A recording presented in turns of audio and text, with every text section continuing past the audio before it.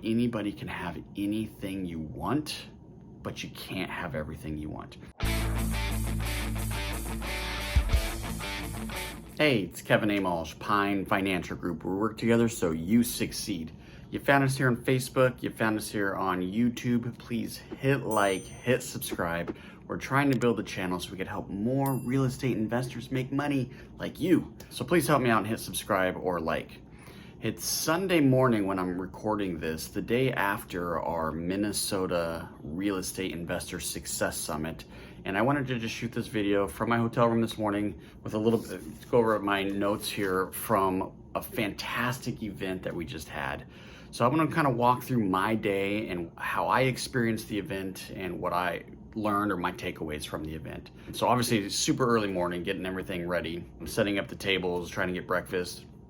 Event starts at 8:45 and Sean gets up there with a quick intro. No nuggets out of that. It was more just a, hey, here's how the day's gonna go. Here's where the bathrooms are. Join us for the drink after the event, that kind of thing. And then we did the breakouts. We had 2 separate rooms. So obviously I'm only one person. I can only be at one room at a time. And so I started the day listening to our very own Justin Cooper talk about the 10 questions you need to ask yourself as a real estate investor. And, you know, I've heard this presentation before, but he does such a fantastic job. He's an awesome speaker, you guys. It's so funny to listen to him speak. Some of the takeaways that I got from him was definitely you want to stay in your lane, stay focused on what you're doing. That was kind of a common theme I heard from a lot of the speakers yesterday, but that's how you're going to be successful, is staying in your lane. He also mentioned getting a mentor. Now, it could be a mentor that you just meet, someone in your network already that you just go for lunch or something like that, or it could be a paid mentorship. Either way is probably okay, but having a mentor really will help you with your success.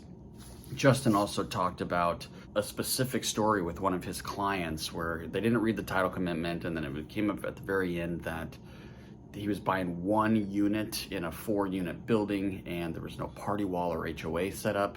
So that creates a big problem if there's a problem. So the investor ended up backing out of the deal. We didn't do the deal. And I'm thinking, of course, and Justin mentions this, if you just put in the effort to solve that problem, that could have been a tremendous deal for them. So nobody in that building wants to own that little condo without an HOA or without a party wall. Everybody wants that. So had the investor just reached out to each individual owner and put together that party wall, it would have increased the value of all 4 units. So why wouldn't they have wanted that? It seems like a pretty simple fix. So putting in the effort when you do find your problems is how you make your money in this business. Okay, from there, I did step out a tad early. I had to jump into the room where Chris Tanner was speaking. And I wanted to make sure that he had his countdown. We do the 10-minute, 5-minute, 0, so that we can get our speakers complete for the next speaker to come up so we could stay on time. So I went into listen to the very end of Chris speak, and I got a really great nugget right at the very end here. We talk about, Chris Tanner is with New Direction IRA. He talks about retirement, self-directed retirement accounts. And we were talking about UBIT, the unrelated business income tax, and how sometimes your IRA can get taxed. And in real estate, we would see that if you use leverage to buy real estate in your IRA. Well, the nugget I got out of this is if you have a 401k and it's a solo 401k, so it's like an individual, it's very similar to an IRA for an individual business owner. You could actually leverage property in your solo 401k and not have UBIT tax. So that was something I didn't know, huge benefit. So I thought that was kind of cool. From there, I actually spoke. So I spoke about different ways you could structure LLCs for maximum profits as an investor. And then I went into the other room where I did a fireside chat with my good friend Fraser Moore. This was a packed room. It got so freaking hot in that room because so many people love the nuggets that Rafik will give you if you just listen to him. So I got quite a few nuggets from him, and I'll just share some of them with you. He's talked a lot about staying balanced in your life. You got to have your spiritual balance, your family balance, your health, obviously you got to have, and then your business, just a complete balance in your life. He talked about getting a degree with one lunch. So very similar to Justin Cooper, he says, find people around you. You want to be the dumbest person in the room, basically, is what he said. And if you could find the really smart people, take them to lunch. A lot of these people will go to lunch with you because they want to give back. If they've made it to a certain success, it feels good to them to give back. So at least try, get them to lunch. The cost of one lunch and picking the brain of somebody super successful can, as Rafiq would say, give you a degree in that 1 hour. Stay focused, he talked about. Same as Cooper, we're staying in the lane. A lot of the same nuggets out of both of these presentations. He says read a lot. He has a goal to read 50 books or consume 50 books a year, either through reading them or through Audible. So he goes 50 a year. We talked a lot about his real estate investing also, and I asked him, like, how do you find your deals? And he says, look for problems. If you find any kind of problem, find the owner and try to solve the problem. And he gave some very specific advice on how to do that. One of them was just driving around and looking at houses. Obviously, resilience is a huge piece of success and a huge piece of his success. You know, he went through 2008 and crashing and burning, and he suffered a little bit like a lot of us did in that time. And just the resilience to get through that, and now super, super successful real estate investor. And then finally, what I thought was so cool that he said, you know, anybody can have anything you want, but you can't have everything you want. Again, it comes back to staying focused, staying in your lane. After that, there was an Airbnb panel, which I was in and out of. I was in conversations and I was trying to eat lunch. It was a little bit challenging, but I was just coming in and out of that room.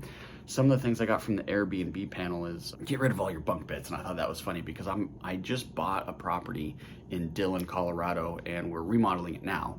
And then we're gonna use it mostly for a second home, but we're gonna do some Airbnb as well. And we have bunk beds going in that, so I wish I got that advice prior, maybe a month ago, but I thought that was interesting, and I can understand because they're challenging, right? A good team for Airbnb is essential. It's everything. It's going to make or break your success if you're an Airbnb or a short-term rental investor. And your cleaner, they say, is the top person to get. Make sure you have a good, honest, hardworking, reliable cleaner. Stock the house with extra items, so they have a closet with extra pots and pans and coffee makers. And I mean, they were really big on the coffee makers because that's one of those things that will upset guests. So have those spares ready to go if anything breaks down. And then if something does break down, you don't have it, use Target or somewhere else that can just deliver it in a few hours. So they came back to the coffee maker again. Before they started stocking it, they would just ship a new coffee maker out if they got a complaint, and it would get there in 2 or 3 hours. Good for coffee for the next morning, maybe not great for that specific day, but if you're jumping on the problems, you'll get fantastic reviews on Airbnb. After the Airbnb panel, I went to someone I didn't know. His name is Garrett Gordon. He's a real estate investor, and I gotta say, this presentation was really, really inspiring. It was a lot about his story and how he made success going from a golf pro to a super successful real estate investor. The biggest thing I got out of this was just the inspiration. But one nugget that he uses to build his portfolio is leverage. He will pull equity out of properties to buy more properties. Now, he doesn't over leverage. He stays very safe, it sounds like, but he will use equity in properties to keep building. And one specific thing he likes to do is cross collateralization. So he'll have a lender loan 100% of an acquisition on a fourplex, let's say, but they'll loan 100% on the fourplex, but they'll cross collateralize some equity in another property. So he doesn't need to come down with any down payment. So local banks, community and commercial banks will do cross collateralization. So if you have equity in a property and you're looking for a no money down deal on a new one, consider that. That was kind of it for him. He ended a little bit early, so I snuck into the next room. Sean was speaking, Sean Bloomquest, and you know, that's the hard money lending class that we have so much success and so much fun with. So he just did the 2-hour class, brought it down to about an hour and 10 minutes. And when I walked into the room, he was going through some really dynamic case studies, and I could just feel the energy in the room. Everybody was really excited about real estate investing and fixing and flipping because they see what other investors are doing today in this market. These case studies were closing just a few weeks ago, and these investors are expected to make big money. So that was a super inspiring point of his presentation that I walked in on. And then finally, we ended the day with the lender panel, and I actually sat on the lender panel. The lender panel went a direction a little bit different than I was expecting. It was very much focused on HELOC investing and some land development deals. So we had 2 banks, me and Kim Burke. She's our preferred conventional lender up there. So the 4 of us took on these questions, mostly about HELOCs, land development. There's some SBA stuff in there. Not very much on hard money, or not very much with owner carry or financing or anything like that. So that was my day. We went to the happy hour after that, had some drinks, got to catch up with some great friends and meet a lot of new people. Fantastic trip here to Minnesota. Hopefully these little nuggets that I share with you in this video were helpful. Hopefully you join us at our next Success Summit, either in Denver or Minnesota. And please hit like, hit subscribe, and leave me some comments below. Check us out, pinefinancialgroup.com.